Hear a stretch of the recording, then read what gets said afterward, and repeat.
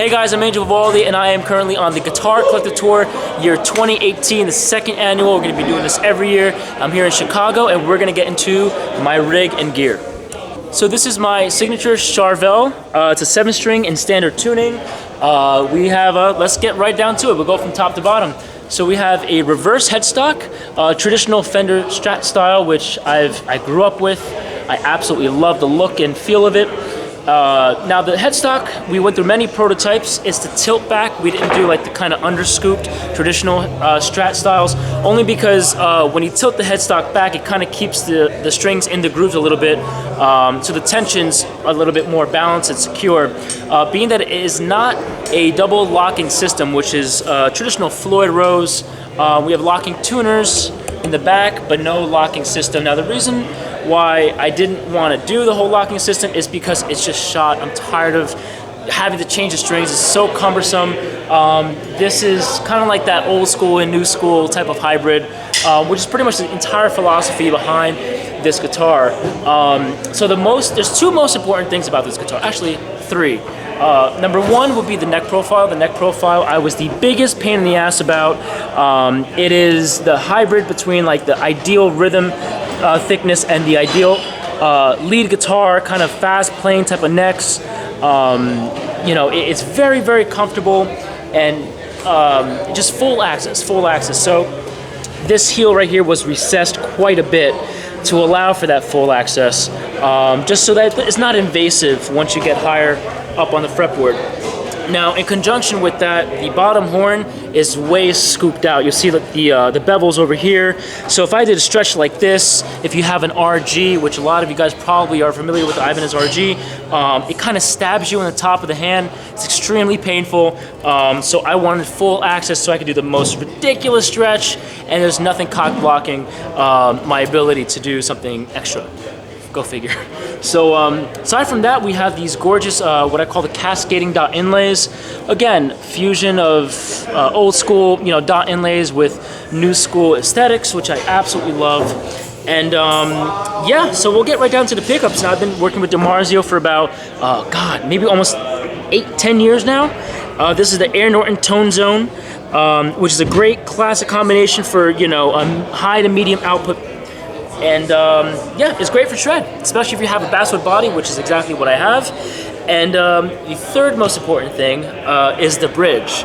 Now, we've tried maybe 5 or 6 different bridges on a 7-string. In this 7-string market, it's very difficult to find a floating system. So this is the first Goto 510-7 bridge. Now, if you guys know Goto, they do a lot of the Surs, a lot of the high-end boutique guitars. A lot of Charvels have the 6-string Sur 510 bridges, but they have the 7 on mine. I'm so honored and privileged to have the best bridge, in my opinion, on the market. And yeah, pretty much standard 5-way switch over here, and volume, tone knob, easy peasy. Typically, if I'm playing my material, I will keep them all the way up. However, if I'm playing blues, I will rock that tone knob all the way back, just to get it a little bit less, hang it back to control the dynamic a little bit more, make that, fight for that vibrato. And yeah, but most of the time if I'm playing hard rock, heavy metal, this is going to be fully cranked. Sometimes I roll up the volume knob a little bit if I want a little bit of a crunch. I call it the Scarlett Johansson rasp, very sexy type of like a little crunch tone. But for the most part, I am cranked all the way up. So the body is made out of American basswood.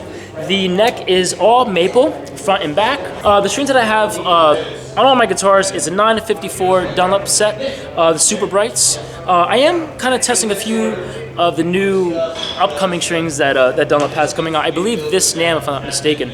But as of right now, it's 9-54 Dunlop Super Brights. So we'll start with the firmament over here in the rack.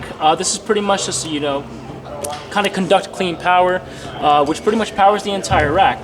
Now, we have a Carvin HD 1500 just as a backup power amp, a solid state, very transparent, full range, flat response, in case, anything happens to the boogie, but we'll get to that in a second. Now, all my effects, delays, reverbs, I have a few patches with some overdrives, but for the most part, all my effects are all through the Axe-Fx XL Plus.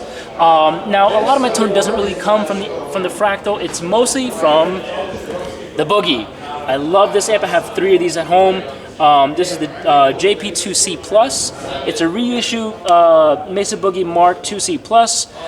This is John Petrucci model, and it has 3 channels over here and 2 independent EQs, which is something that we've been wanting from the Mark II series for many, many years. They finally did it.